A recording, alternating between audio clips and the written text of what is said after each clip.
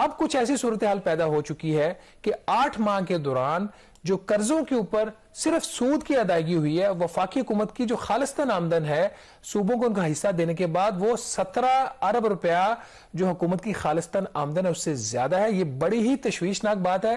یہ آج 17 ارب ہے، کل یہ فگر اس سے زیادہ بھی بڑھے گا. جو خالصتاً آمدن تھی وفاقی حکومت کی 8 ماہ میں، وہ تقریباً 3162 ارب روپیہ تھی. یہ اس کے بعد تھی جب حکومت نے صوبوں کو ان کا شیئر دے دیا، اور جو صرف قرضوں کے اوپر سود کی ادائیگی ہوئی ہے وہ 3179 ارب روپیہ ہوئی ہے. یاد رہے کہ جب یہ بجٹ آیا تھا جون میں، حکومت نے 3950 ارب روپیہ رکھا تھا قرضوں کے اوپر صرف سود کی ادائیگی کے لیے. اب جو ریوائز ایسٹیمیٹس آ رہے ہیں، حکومت 5200 ارب روپیہ کہہ رہی ہے اس سال میں صرف سود ادا ہوگا، اور IMF کے خیال میں یہ کوئی 5400 ارب روپے تک پہنچ جائے گا. کامران، ہوتا کیا ہے پھر جب قرضوں کے اوپر اتنی زیادہ آپ کی سود کی ادائیگی بڑھ جائے، نیٹ انکم بھی آپ کی کم پڑ جائے اس کے لیے، اور پھر آج کے جو اب اس وقت ہم بیٹھے ہیں، دفاع کے اوپر جتنا خرچہ ہو رہا ہے سارا سود لے کے، اب تنخواہیں بھی سود لے کے دی جا رہی ہیں، ترقیاتی کام بھی سود لے کے پورا کیا جا رہا ہے. وزیر اعظم صاحب جو جہاز اڑاتے ہیں جس میں VIP جہاز میں، اور آپ کے فارن منسٹر ٹریول کرتے ہیں، اس کی میں جو فیول استعمال ہو رہا ہے وہ بھی سود کے پیسوں سے آ رہا ہے. تو جب اس طرح کی صورتحال ہو، جو ایک سٹیج اب آئے گی کہ جب آپ کو بالکل یا تو آپ کو ڈیٹ ریسٹرکچرنگ کی طرف جانا پڑے گا، اور جس میں خاص طور پر یہ جو پرابلم آ رہا ہے یہ ڈومیسٹک سے زیادہ آ رہا ہے. جو ایکسٹرنل کا بالکل اس میں کنٹریبیوشن 15 سے 20% ہوتا ہے، میجر آپ کا ڈومیسٹک آ رہا ہے. اور ڈومیسٹک بھی آئی تھنک یہ اعداد و شمار مزید میرے خیال میں خراب ہوں گے، کیونکہ جو آپ کا شرح سود ہے آلریڈی 20% کو ٹچ کر رہا ہے، اور اس میں IMF کے کہنے کے اوپر اسٹیٹ بینک جو ہے آئندہ آنے والے دنوں میں مزید اس میں شرح سود میں اضافہ بھی کرے گا. تو اس کا مطلب ہے کہ جو شرح سود کی مد میں ہم جو واپس کر رہے ہیں، جو بھی قرضے ہم نے لیے ہیں، اس میں تو مزید اضافہ ہوگا. یہ تو مطلب ایک انکنٹرولبل یہ کہانی ابھی مکمل نہیں ہے، ابھی تو 3% اضافہ کیا ہے. IMF کی جو ڈیمانڈ تھی وہ 6 سے 7% شرح سود میں اضافے کی تھی. ٹھیک ہے، انہوں نے میٹنگ ایڈوانس کی، مانیٹری پالیسی کمیٹی کی اسٹیٹ بینک آف پاکستان نے، اور ایڈوانس کر کے 3% کر دیا کہ IMF خوش ہو جائے گا. تو خوش نہیں ہوا، ان کو مزید اضافہ کرنا پڑے گا. 2 دن پہلے جو وزارت خزانہ نے مزید نیا قرضہ کمرشل بینکوں سے لیا، وہ آپ کو پتا کتنے % پہ لیا ہے؟ 22% کے اوپر. اس کا مطلب ہے کہ مارکیٹ بھی اینٹیسپیٹ کر رہی ہے کہ یہ شرح سود یہاں پہ رکے گی نہیں. جو 20% ابھی موجود ہے، تو اس سے 2% زیادہ کے اوپر جو حکومت نے بارو کیا. جو اس سے پہلے جو بارونگ ہوئی تھی غالباً 8 مارچ کو ہوئی تھی، وہ 21% کے اوپر ہوئی تھی، جبکہ انٹرسٹ ریٹ 20% ہو چکا تھا. تو خیال یہ تھا کہ یہاں سیٹل ہو جائیں گے. تو جب یہ 22% پہ تو ابھی ان کو ملا ہے، تو اگر یہ شرح سود 23% ہو جاتی ہے اسٹیٹ بینک کی طرف سے 4 اپریل کو، یا 22% ہو جاتی ہے، یہ 24 سے 25% آپ کا ریٹ چلا جائے گا. تو یہ بہت ہی خطرناک صورت ہے. خطرناک اس لیے بھی ہے کہ اب تو سپلیمنٹری جو ہے وہ گرانٹ اپروو کرنی پڑی ہے، کہ جو ہم شاید ڈیفالٹ کر جاتے، جو پیمنٹ دینی تھی کویت کو، جو ڈیزل ہم ان سے خریدتے ہیں. تو اس کی کیا کہانی ہے؟ وہ کویت کے ساتھ ایک معاہدہ پاکستان نے کیا تھا کہ ڈیفر پیمنٹس کے اوپر، یہ 60 دن کی پیمنٹس کے اوپر، اس کی ڈیفر پیمنٹ کے اوپر ہم تیل لیتے ہیں ڈیزل. تو وہ PSO کا ارینجمنٹ تھا ان کے ساتھ. اب اس میں یہ تھا کہ جس تاریخ کو وہ آپ کا ڈیلیوری ہوتی ہے، اور جس تاریخ کے اوپر ایک ڈیٹ پہ ڈیلیوری ہوتی ہے، اس پہ روپیہ جو کمپوننٹ ہے وہ PSO جو ہے وہ ڈپازٹ کروا دیتا ہے نیشنل بینک میں. فار ایگزامپل $100 کا انہوں نے تیل خریدا، اور اس دن کا جو ایکسچینج ریٹ تھا $100 کے ایکویلنٹ انہوں نے روپیہ جمع کروا دیا. لیکن جب آپ کویت کو پیمنٹ کرتے ہیں، وہ کرتے ہیں 2 ماہ بعد. تو 2 ماہ کے بعد چونکہ جس طریقے سے اب ایکسچینج ریٹ گر رہا ہے، 2 ماہ کے بعد وہ پرائس کچھ اور ہو جاتی ہے. تو انہوں نے جو روپیہ جمع کروایا ہوتا ہے وہ کم پڑ جاتا ہے. لیکن وفاقی حکومت نے اس کے اوپر گارنٹی دی تھی، کیونکہ اس کا بینیفٹ تو وفاقی حکومت کو ہے، کوئی ڈیلے سے جو پیمنٹ ہوتی ہے وہ تھوڑا تھوڑا کر کے مارکیٹ سے اٹھاتے رہتے ہیں ڈالرز، کہ جو ایکسچینج ریٹ لاس ہوگا وہ وفاقی حکومت کور کرے گی. تو وہ یہ کور کر نہیں پائے. تو ابھی وہ معاہدہ تو کویت والا وہ دسمبر کو ختم ہو چکا ہے، ابھی تک اس کو رینیو نہیں کیا کویت نے. ان کی کوئی 42 ارب روپے کی ادائیگی ابھی ہونی ہے. 20 مارچ کی اس کی ڈیڈ لائن تھی. اس میں سے کچھ ان کے پاس جو پیسے تھے وہ ان کے پاس کچھ $14 ارب یا 13 ارب روپیہ پڑا ہوا تھا. تو باقی جو پیسے تھے ان کے پاس کم پڑ گئے تھے. تو ECC نے ایمرجنسی میٹنگ کا کال کر کے 27 ارب روپے کی سپلیمنٹری گرانٹ جو ہے وہ اپروو کی ہے. اس کے بدلے میں جو میرے ذرائع بتا رہے ہیں، جس کی آفیشیل کنفرمیشن کبھی بھی نہیں آئے گی، کہ accountant general for Pakistan revenue جو ہیں AGPR کے ڈپارٹمنٹ کو یہ انسٹرکشنز گئی ہیں وربل، کہ جی کچھ ایسے جو نان سیلری بلز ہیں ان کو روکے مارچ میں. اگر آپ نے نہیں روکے تو مارچ کا جو پرائمری بجٹ کا جو ایک ٹارگٹ آئی ایم ایف سے طے ہوا وہ سلپ ہو جائے گا. تو صورتحال انتہائی خراب ہو چکی ہے. اب اس وقت جو اوور آل اگر آپ دیکھیں نا فگرز, یہ جو کچھ بھی کر لیں انہوں نے تقریباً ہر چیز کو اب روکا ہوا ہے سوائے جو اسینشل ایکسپینڈیچرز اور کچھ ان کی جو حکومتی وزراء ان کے ابھی بھی قابو نہیں آ رہے, کچھ غیر ملکی ٹرپس بھی چل رہے ہیں. جو وفاقی بجٹ خسارہ ناظرین 8 ماہ کا فگر وہ 2552 ارب روپے کا ہے. یہ پچھلے سال سے کم ہے, لیکن پرابلم یہاں پہ یہ آ رہا ہے کہ جو قرضوں کے اوپر سود کی ادائیگی ہے وہ بے تحاشا بڑھ رہی ہے. تو پھر اگر بجٹ خسارہ بھی پچھلے سال سے تھوڑا سا کم ہے تو پیسہ کدھر سے کاٹ رہے ہیں. جو ایک ڈیفنس ایک ایسا ایریا ہے جہاں پہ ابھی تک کٹوتی ان کی اپیرنٹلی نہیں لگی, اس کے جو اخراجات میں کوئی 117 ارب روپے اضافہ ہے پچھلے سال کے 731 ان کا جو ڈیفنس کا جو ہے بجٹ کا جو خرچہ 8 ماہ کا ہے وہ 871 ارب روپے ہے, جو پچھلے سال کے مقابلے میں 117 ارب روپے زیادہ ہے. باقی جو دیگر اخراجات ہیں سود کی ادائیگی اور دفاع کے بعد وہ صرف ہوئے ہیں 8 ماہ کے اندر 1435 ارب روپیہ, اور یہ پچھلے سال کے مقابلے میں تقریباً 731 ارب کم ہے. تو جو باقی تو حکومت نے ہر چیز روکی ہوئی ہے, اس کے باوجود بھی جو میرا خیال ہے کہ جو دیوالیہ ہونا ہے پاکستان کا وہ اب ایک ٹائم کی بات ہے, کیونکہ آئی ایم ایف کا پروگرام تو ریوائیو نہیں ہو رہا, اور اس طریقے سے کیسے ڈیلے کرتے رہیں گے کہ ادھر سے بل آپ نے روکے اور ادھر سے آپ نے پی ایس او کو پیمنٹ کر دی, یہاں سے ایک آپ نے ادائیگی روکے تو دوسری جگہ پہ کر دی, یہ نظام اب کامران چلے گا نہیں. بالکل. اور اس میں ایک اور جو چیز ہے, دیکھیں اصل ایشو تو یہ ہے کہ ہمارے یہاں اصلاحات ہوئی نہیں, ہماری جو آمدن ہے وہ اتنی زیادہ ہے نہیں جتنے ہم اخراجات کرتے ہیں. اب ایک اور بھی جو انٹرسٹنگ خبر ہے کہ جو اعداد و شمار ہیں 8 ماہ کے غالباً, تو اس میں جو ایف بی آر کا ٹیکس کلیکشن ہے اس میں 20 ارب روپے کا ڈفرنس کیوں آ رہا ہے, اس کی کیا وجہ ہے؟ مطلب جو شاید منسٹری آف فائنانس کے جو اعداد و شمار ہیں کچھ اور ہیں اور جو ایف بی آر جو فگر بتا رہا ہے وہ کچھ اور ہیں. ویسے بریک کے بعد اس کے بعد ڈیٹیل میں ایف بی آر کے معاملات پہ بات کرتے ہیں, لیکن چونکہ فسکل آپریشن کی بات ہو رہی ہے, فروری کا جب مہینہ کلوز ہوا تو انہوں نے جو ایف بی آر نے ٹیکس کلیکشن رپورٹ کی وہ کی 4493 ارب روپیہ. تو ہم نے پچھلے پروگرام میں بتایا تھا اس کی کلیکشن کے بعد, جب ہم نے مہینے کی کلوزنگ کے بعد پروگرام کیا تھا کہ انہوں نے بہت زیادہ ایڈوانسز پکڑے ہیں. تو غالباً کچھ ایسی انہوں نے ایڈوانسز پکڑے ہیں, یا تو وہ مینول بک ہوئے ہیں یا وہ اس ڈیٹ کو جو تھی 28 فروری کی ڈیٹ کو وہ ان کی انٹری نہیں ہو پائی, تو وہ پیسہ جو ہے وہ اب جو اے جی پی آر کا اور اسٹیٹ بینک کا جو سسٹم اس کے اندر وہ ریفلیکٹ نہیں ہو رہا.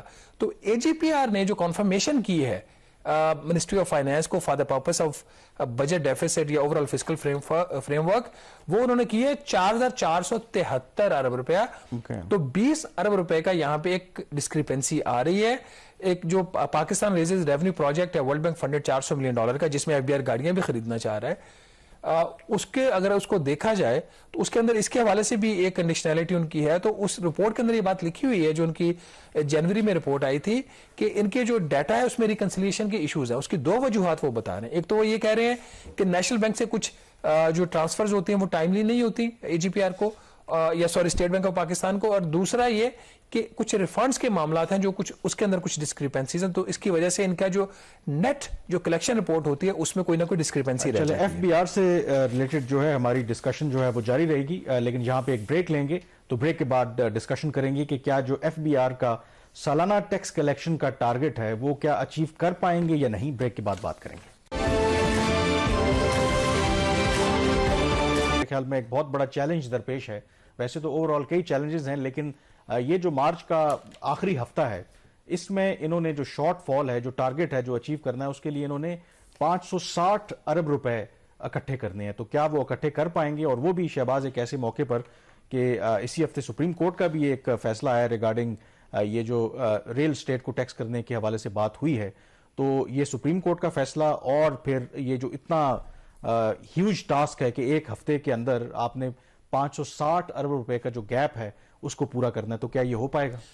جب جون کا بجٹ آیا تھا تو ایف بی آر نے 3 متنازع فیصلے کیے تھے, اور بلکہ پارلیمنٹ اس کا اپروول لیا تھا. ایف بی آر کے پاس تو خود اتھارٹی نہیں ہے ٹیکسیشن لگانے کی, لیکن جو یہاں سے ایف بی آر سے جاتا ہے وہی اس میں 19-20 کے فرق سے وہ بھی اگر پرائم منسٹر کروا دیں اسپیشل کیبنٹ میٹنگ میں وہی چیز پارلیمنٹ سے پاس ہوتی ہے.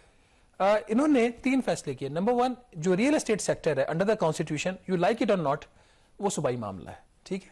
اس کے اوپر F B R taxation immovable property کے اوپر, اموویبل ایسٹس کے اوپر نہیں کر سکتا. انہوں نے اس کو ٹیکس کیا.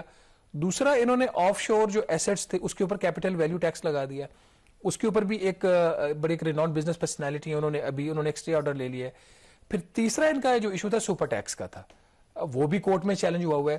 تو یہ جو ان کی ایک فلاڈ ان کی ٹیکسیشن پالیسیز تھی, اس کی وجہ سے ان کو میسو چیلنجز آ رہے ہیں, اور یہی چیز اب ان کے نمبرز میں ریفلیکٹ ہو رہی ہے.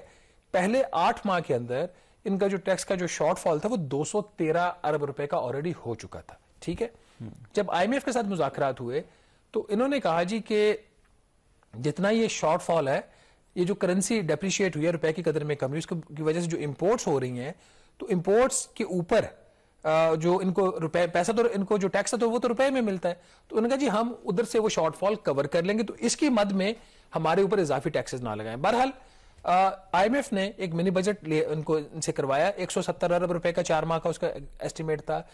اسحاق ڈار صاحب یہ کہتے ہیں کہ وہ جو 170 ارب روپیہ لگا ہے وہ ان کے ریونیو شارٹ فال کی وجہ سے نہیں لگا, وہ اس وجہ سے لگا ہے کہ ہم نے کچھ انرجی کی سبسڈیز دی ہیں پاور سیکٹر کی, اس کو کور کرنے کے لیے, کیونکہ اوور آل اپنے پرائمری بجٹ جو ڈیفیسٹ کا اب ٹارگٹ ہوگا, پہلے وہ سرپلس کا تھا, اس کو اچیو کرنا ہے.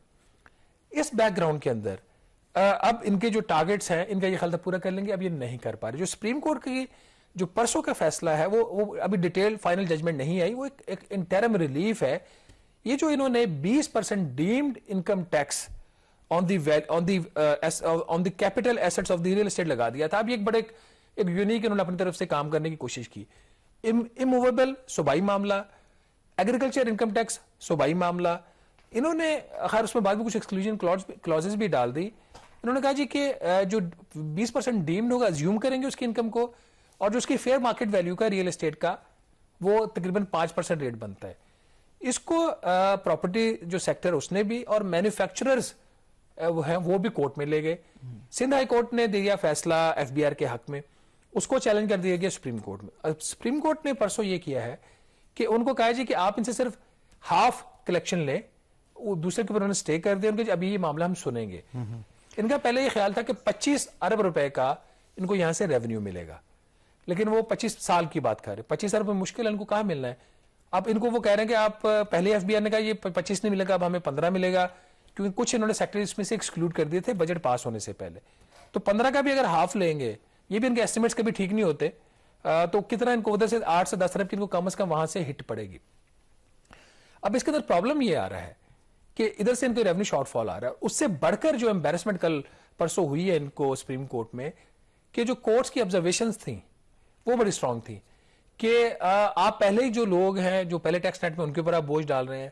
دوسرا وہ یہ کہہ رہے ہیں کہ آپ جو F P R as an organisation ہے اس کے اوپر ٹرسٹ نہیں کیا جا سکتا, کہ یہ مطلب جو ٹیکس پیئرز سے بہت زیادہ تنگ ہے. تیسری کورٹ نے یہ بات کی کہ یہ ٹیکس جو بیس ہے وہ آپ کی وہیں کی وہیں کھڑی ہوئی ہے. تو یہ جو ریمارکس تھے یہ کوئی عام کورٹ سے نہیں آئے تھے, سپریم کورٹ آف پاکستان سے آئے تھے, جس بینچ کو اسپیشل بینچ کو وہ لیڈ کر رہے تھے خود چیف جسٹس آف پاکستان. تو ایف پی آر کے لیے میرا خیال ان کو ضرورت اس بات کی ہے کہ اپنے جو ان کے معاملات ہیں اس کو دیکھیں. ابھی ان کے اگر آپ کلیکشن کی بات کر لیں, جو ان کا 9 ماہ کا ہدف ہے جو آپ 560 ارب کی, پہلے میں نے سارا آپ کو بیک گراؤنڈ بتا دی کہ کہاں پہ اور کیوں پہنچے ہیں اس جگہ کے اوپر. 9 ماہ کا ان کا ہدف ہے 5433 ارب روپے انہوں نے اکٹھا کرنا ہے, جس میں سے ان کی جو کلیکشن ہوئی ہے 22 مارچ تک, 23 مارچ کی چھٹی تھی, 22 مارچ تک ان کی جو کلیکشن ہوئی ہے وہ ان کی ہوئی ہے 4835 ارب روپیہ.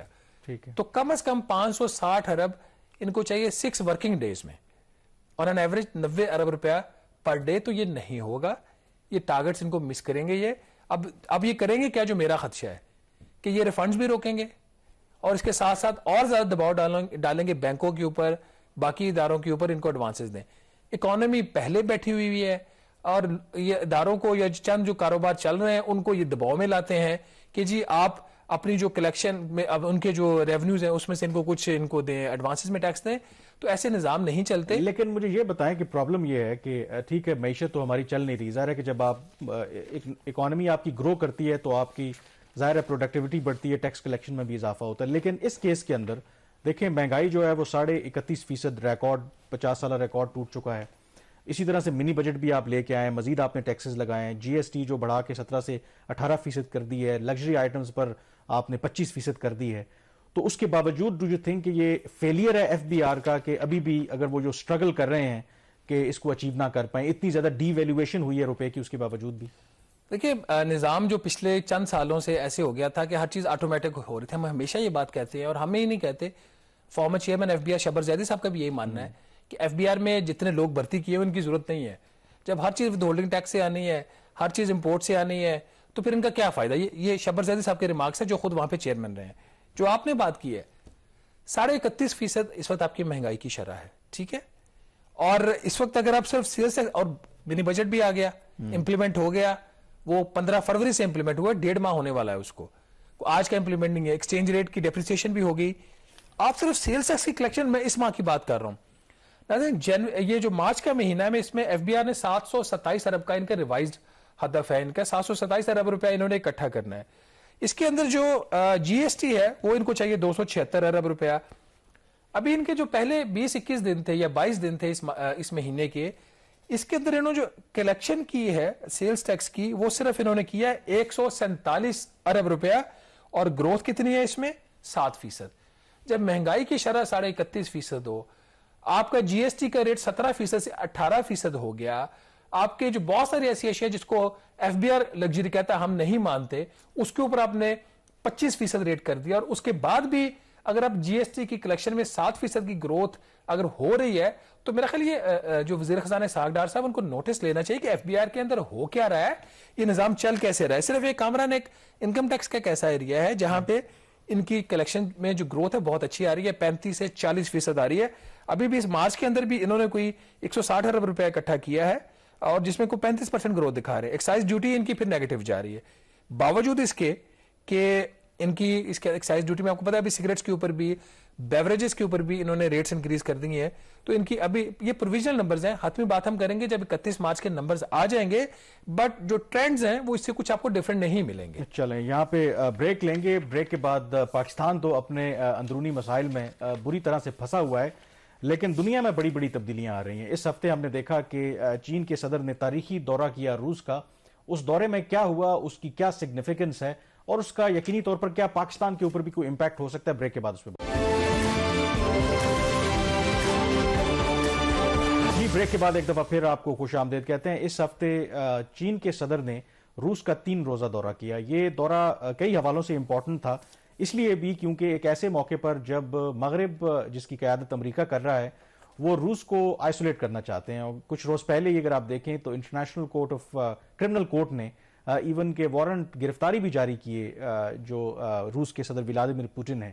لیکن اس کے کچھ روز کے بعد ہی چین کے صدر کا وہاں پہ جانا یہ کلیئرلی ایک انڈیکیشن ہے کہ چین جو ہے وہ امریکہ یا مغرب کی جو بھی روس کو لے کر کے پالیسیز ہیں اس سے اتفاق نہیں کرتا. اب اس دورے کے کئی پہلو ہیں, جوائنٹ سٹیٹمنٹ بھی ہمارے سامنے ہے, لیکن اس دورے کو اس تناظر میں دیکھا جا رہا ہے کہ شاید پہلی دفعہ اب چین جو ہے وہ روس کے ساتھ مل کر اس پوزیشن میں آ گیا ہے کہ جو امریکہ کی دنیا میں کئی دہائیوں سے جو ایک اجاراداری ہے, وہ پولیٹیکل سسٹم ہو, وہ انٹرنیشنل ریلیشنز ہوں یا انٹرنیشنل فائنینشل سسٹم ہو, اس کو اب باقاعدہ طور پر وہ چیلنج کر رہے ہیں. اور شہباز اس کی جو ریفلیکشن ہے اب اس میں پہلے تو چین جو ہے وہ دبے الفاظ میں وہ یہ بات کرتے تھے یا سٹل وے میں, لیکن اس دورے کے دوران ایک جگہ پہ جب وہ الوداع کہہ رہے ہیں روس کے صدر کو, تو وہاں پر جو انٹرپریٹر ہے وہ جب ان سے بات کر رہے ہیں تو چین کے صدر نے بڑی ایک اہم بات کی. انہوں نے کہا کہ the change is coming that hasn't happened in 100 years,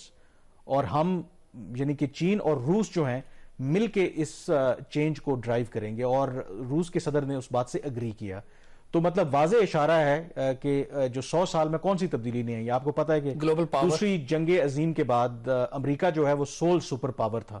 تو اس دورے کو مغرب میں بھی کافی کھلبلی ہے, امریکہ میں بھی, تو لگتا یہی ہے کہ یہ تو ہمیں پتا ہے کہ چین جو ہے وہ اس کی اکانومی جس طرح سے گرو کر رہی ہے, اس کا فٹ پرنٹ دنیا میں بڑھ رہا ہے, لیکن اب وہ پبلکلی بھی یہ پوزیشن لے رہے ہیں کہ yes we are ready to challenge جو یو ایس کی ہیجمنی ہے. دیکھیے جو ویسٹرن میڈیا اور ایون چائنا نے اس دورے کو جو ڈسکرائب کیا, جرنی آف فرینڈشپ کا انہوں نے اس کو نام دیا ہے, اور ویسٹ نے بہت ہی کریٹیکل, اگر آپ انٹرنیشنل میڈیا پڑھیں, ویسٹرن میڈیا کو پڑھیں, تو ان کا یہ خیال تھا کہ جو چائنا نے ایک پلان انویل کیا تھا یوکرین کی جنگ ختم کرنے کا, ان کے خیال میں اس دورے میں جو پروگرس ہونی چاہیے تھی وہ نہیں ہوئی, بلکہ جو جوائنٹ سٹیٹمنٹ ہے, جوائنٹ سٹیٹمنٹ کے اندر بھی اس چیز کا ذکر نہیں ہے کہ یوکرین سے جو فوجیں نکالنے والی کوئی بات نہیں ہو, آلدو یہ ماضی میں اس طرح کی کچھ بات ہوتی ضرور رہی ہے.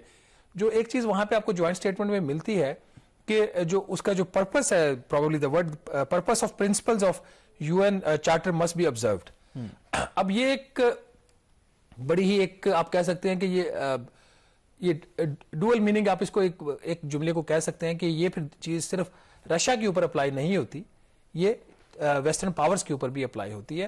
تو میرا خیال ہے کہ مطلب وہ چین کا جو موقف ہے نا کہ ڈبل سٹینڈرڈز ہیں, کیونکہ آپ کو پتا ہے کہ کچھ روز پہلے ہی عراق کی 20ویں جو اینیورسری تھی جب امریکہ نے اپنے اتحادیوں کے ساتھ مل کر وہاں پر جو حملہ کیا, اور بعد میں ایون مغرب کے اندر بھی یہ کرٹکس مانتے ہیں کہ اس انویژن کی کوئی جواز نہیں تھی, لاکھوں کی تعداد میں بے گناہ لوگ وہاں پہ مارے گئے اور کوئی جسٹیفیکیشن نہیں تھی. ابو غریب میں جس طریقے سے وہاں پر لوگوں کے ساتھ انہوں نے سلوک کیا, تو یہ بات تو بالکل چین کی اور روس کی بھی ٹھیک ہے کہ اگر آپ ایک طرف ہمیں کہتے ہیں تو دوسری طرف پھر وہ پرنسپل اپنے اوپر بھی اپلائی کریں. لیکن اس دورے کے اندر مغرب تو یہی کہے گا کہ جی یہ کامیاب نہیں ہوا, لیکن اس میں بڑا واضح کچھ اشارے ہیں. مثلا انہوں نے یہ کہا ہے کہ یہ جو دورہ ہے یہ نہ صرف کروشل ہے جو بائیلیٹرل ریلیشن شپ ہیں, بلکہ وہ یہ بھی کہہ رہے ہیں کہ یہ کروشل ہے دنیا اور انسانیت کا جو آگے مستقبل ہے, ہیومن کائنڈ کی, مین کائنڈ کی وہ بات کر رہے ہیں. مطلب اور دوسرا انہوں نے کہا ہے کہ دونوں ممالک جو ہیں یہ سٹیپ لیں گے ٹوورڈز ملٹی لیٹرلزم اور ملٹی پولر سسٹم. تو ان کے خیال میں, اور وہ یہ بھی کہتے ہیں کہ ہمارا ہرگز مقصد یہ نہیں ہے کہ جس طرح سے امریکہ یہ کرتا ہے کہ ہمارا جو اگر الائنس بھی ہوگا تو ہم کنفرنٹ کریں گے یا کسی تیسرے ملک کے لیے وہ خطرہ ہوگا, بلکہ ہم تو ایک ڈپلومیسی کے ذریعے معاملات کو آگے لے کے چلنا چاہتے ہیں. اور اس کی ایک مثال سعودی عرب اور ایران کے درمیان جو چین نے مفاہمت کرائی ہے, اور یوکرین کے حوالے سے بھی جو چین کے صدر ہیں وہ یہ کوشش کر رہے ہیں کہ ایک مفاہمت ہو جائے. اور میں حیران بھی نہیں ہوں گا کہ ہو سکتا ہے کہ وہ یہ بریک تھرو کروا بھی دیں کہ جس طریقے سے اب چین جو ہے وہ اپنی ایکسرسائز کر رہا ہے وہ ڈپلومیٹک پاور. تو اس صورتحال میں یقینی طور پر کامران یہ جو ہے نا جو ٹرینڈ ہے اور یہ پاور سٹرکچر جو ہے گلوبل, یہ اب لگ رہا ہے کہ ایسٹ کی طرف ایک شفٹ آپ کو نظر آ رہی ہے. ایران کے اوپر کتنے عرصے سے پابندی ہیں, اس کے باوجود دیکھیں ایران ختم تو نہیں ہوا, ایران کے اندر مشکلات ضرور ہیں, ان کی اکانومی میں بھی پرابلمز ہیں, انفلیشن ریٹس بھی بہت ہائی ہیں. صرف آپ ایران اور رشیا کے اگر آپ ریلیشنز دیکھ لیں نا, رشیا جو ہے پچھلے 1 سال کے اندر ویسٹ نے اس پہ پابندیاں لگائی رشیا کے اوپر. رشیا کا جو آؤٹ لیٹ تھا وہ چلا گیا ٹورڈز چائنا اور ایران. صرف ایران کے اندر پچھلے 1 سال میں رشیا کی تقریباً $2.8 بلین کی انویسٹمنٹ ہے. پاکستان کی پچھلے پورے مالی سال کے اندر ٹوٹل فورن ڈائریکٹ انویسٹمنٹ تھی $1.6 بلین, اور صرف رشیا نے ایران کے اندر کی ہے $2.8 بلین کی فورن انویسٹمنٹ.